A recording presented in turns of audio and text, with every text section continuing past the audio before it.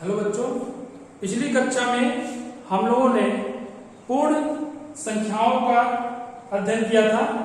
अब उसके आगे की बात हम संख्या पद्धति में करते हैं। तो आगे जो वर्ग होगा वो होगा ऋण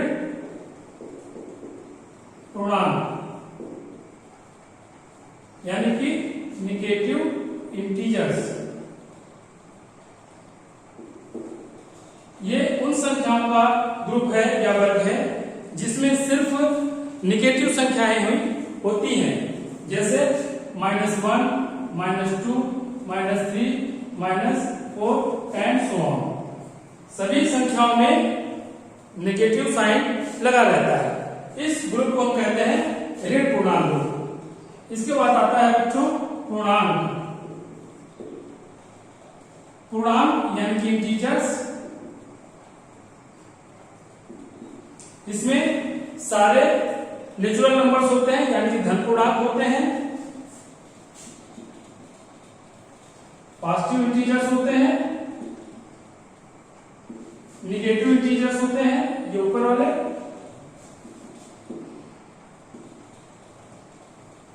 और साथ ही साथ शून्य भी होता है। यानी कि अगर हम नंबर लाइन पे देखें इसको, यहां पे अगर शून्य लिया जाए 1 2 3 4 5 6, 1 2 3 4 5 6, इधर भी 1 2 3 4 5 6। तो ये पहला होगा -1, -2, -3, -4, -5 एंड -6 एंड सो ऑन। इधर भी और इधर भी, इधर भी ये अनंत तक जाएगा और इस साइड में भी ये अनंत तक जाएगा।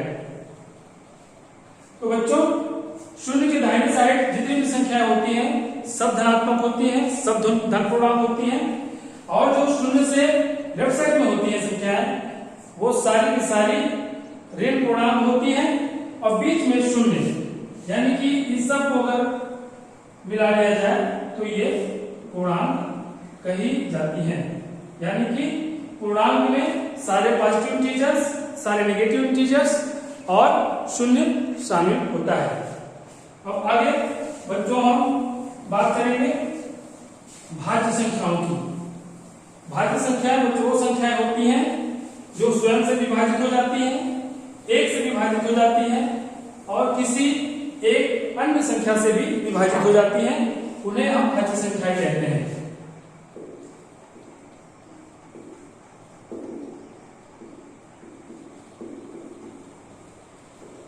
इसका एक एग्जाम्पल लेकर हम समझते हैं। जैसे हम संख्या ले लेते हैं 4। तो बच्चों 4 एक भाज्य संख्या है, क्योंकि ये 4 से विभाजित होती है, यानी स्वयं से विभाजित होती है, 1 से विभाजित होती है और 2 से भी विभाजित होती है। यानी कि यह संख्या विभाजित होती है 1 से और 2 से, और साथ ही साथ ये 4 से भी विभाजित हो जाती है। इसलिए इसको हम भाज्य संख्या कहते हैं। इसको हम करके देखते हैं। 4 को 1 से विभाजित कर देंगे तो ये 4 बार जाएगा, पूरी तरीके से विभाजित हो जाएगा। 2 से भी यह पूरी तरीके से विभाजित होगा, और यह 4 से भी पूरी तरीके से विभाजित हो जाएगा। यानी कि 4 एक भाज्य संख्या है। इसी तरह 6 है, 8 है, 9, 10 एंड सो ऑन। ये सारी संख्याएं स्वयं से विभाजित होंगी, 1 से विभाजित होंगी, और साथ ही साथ किसी एक अन्य संख्या से भी अवश्य विभाजित होंगी। बच्चों दूसरा ग्रुप है और भाज्य संख्याएं।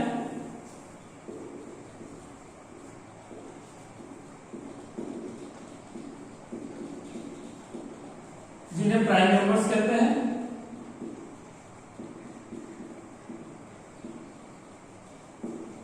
ये वो संख्याओं का ग्रुप है जो स्वयं से विभाजित होते हैं, 1 से विभाजित होते हैं और किसी अन्य संख्या से विभाजित नहीं होते हैं। जैसे हम एक एग्जाम्पल ले सकते हैं 2 का, 2 से विभाजित होगा, 1 से विभाजित होगा और किसी अन्य संख्या से विभाजित नहीं होगा। इसी तरीके से 3 है, इसी तरीके से 5 है, 7 है, 11 है, 13, 17, 19, 23 एंड सो ऑन। यानी कि इस ग्रुप में वो सारी संख्याएं आएंगी जो स्वयं से विभाजित होगी, एक से विभाजित होगी और किसी अन्य संख्या से विभाजित नहीं होगी। तो ये हमारी बात हो गई भाज्य और अभाज्य संख्याओं की। अब आगे चलते हैं, जो ग्रुप है वो है सम संख्याओं की। तो सम संख्याएं वो संख्याएं होती हैं जो 2 से पूरी तरीके से विभाजित हो जाती हैं। सम संख्याएं यानी कि इवन नंबर्स, ये वो संख्याएं होती हैं जो 2 से पूरी तरीके से विभाजित हो जाती हैं। पहला एग्जांपल ले लेते हैं 2 का। ये 2 से विभाजित हो जाएंगे, 2 एकम 2, 4 हो जाएगा, 6, 8, 10 एंड सो ऑन। यानी कि अगर हम 2 जोड़ते चले जाएं तो ये सारी संख्याएं जो हमें प्राप्त होगी वो सम संख्याएं होंगी। यानी कि 2 क्रम की संख्याओं को अगर हमने तो इन दोनों में 2 का अंतर होता है। इसमें और इसमें भी 2 का अंतर होगा, इसमें और इसमें भी 2 का अंतर होगा। यानी कि 2 सम संख्याओं के बीच में 2 का अंतर होता है। अब आगे चलते हैं विषम संख्या।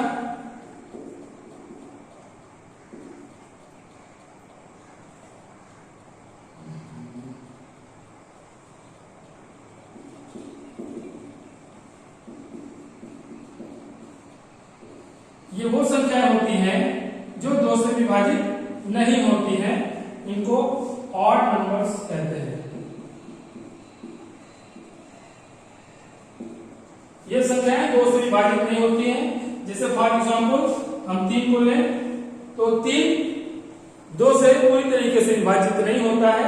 करके देख लेते हैं। 2 से अगर हम 3 में भाग देंगे तो 2 एक कम हो जाएगा और 1 शून्य 1 हमको शेष बचेगा। यानी कि ये 2 से पूरी तरीके से विभाजित नहीं हो रहा है, इसलिए यह विषम संख्या है। फिर आगे की संख्या अगर हम ले लें तो वो होगा 5, फिर होगा 7, फिर 9, फिर 11। यानी कि यहां भी अगर आप देखें तो किन्हीं 2 क्रम की संख्याओं के बीच में अंतर 2 का है। 5 ऋण 2, 5 ऋण 3 बराबर 2। इधर ले लें 7 ऋण 5 = 2। तो बच्चों किन्हीं 2 विषम संख्याओं के बीच में क्रम की 2 विषम संख्याओं के बीच में अंतर भी 2 का ही होता है। अक्सर यह प्रश्न पूछा जाता है कि क्रम की किन्हीं 2 विषम संख्याओं के बीच में कितने अंक का अंतर होता है, तो आपका उत्तर 2 होगा, या हम लोग हमेशा याद रखें। इसके बाद हम बच्चों चलते हैं, जो संख्या है वह है परिमेय संख्या।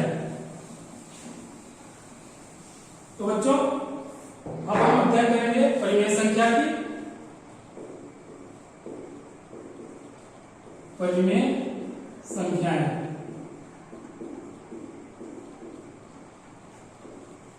ये उन संख्याओं का ग्रुप है जिनमें हम संख्याओं को p/q के रूप में लिख सकते हैं, लेकिन कंडीशन ये रहती है कि q ≠ 0।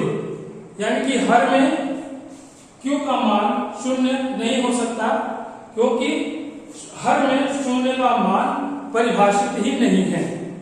इसलिए हर में हम 0 लगा रखें तो ये जो संख्याएं प्राप्त होंगी वो हमें परिमेय संख्याएं प्राप्त होंगी।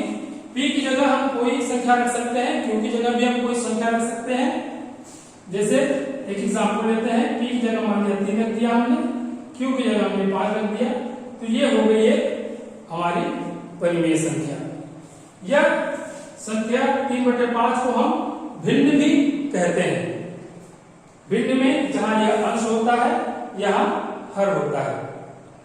तो बच्चों सारे भिन्न परिमेय संख्याएं होती हैं, लेकिन सारी परिमेय संख्याएं भिन्न नहीं होती है। इस बात को हमेशा ध्यान रखें। तो और भी एग्जाम्पल हम दे सकते हैं परिमेय संख्याओं की, -4/5, 3/-7 या 7/5 कुछ भी हम ले सकते हैं जो P/Q के टर्म में लिखी जाए, लेकिन हर में शून्य नहीं होना चाहिए। इसके बाद बच्चों देखते हैं हम अपरिमेय संख्याएं।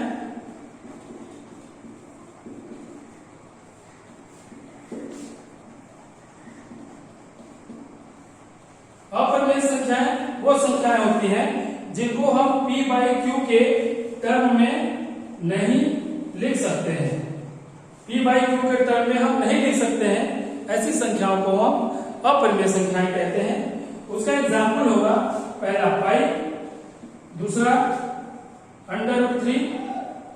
√3 को हम हिंदी में कहते हैं करड़ी, यानी कि हम इसको कह सकते हैं करड़ी में 3 या ऋण करड़ी में 5। तो बच्चों ये जितनी भी संख्याएं करड़ी में हो, इसका मतलब अंडर रूट में हो, इनको हम अपरिमेय संख्याएं कहते हैं। और अगर अपरिमेय संख्याएं और परिमेय संख्याओं को आपस में मिला दिया जाए तो ये जो ग्रुप बनता है उसको कहते हैं वास्तविक संख्याएं।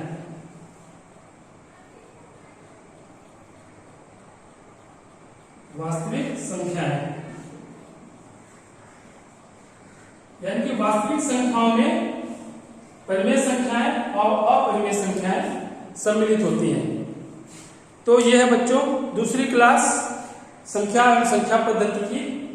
अगली क्लास में हम फिर उपस्थित होंगे, तब तक आप अभ्यास करते रहें। आपका दिन शुभ हो।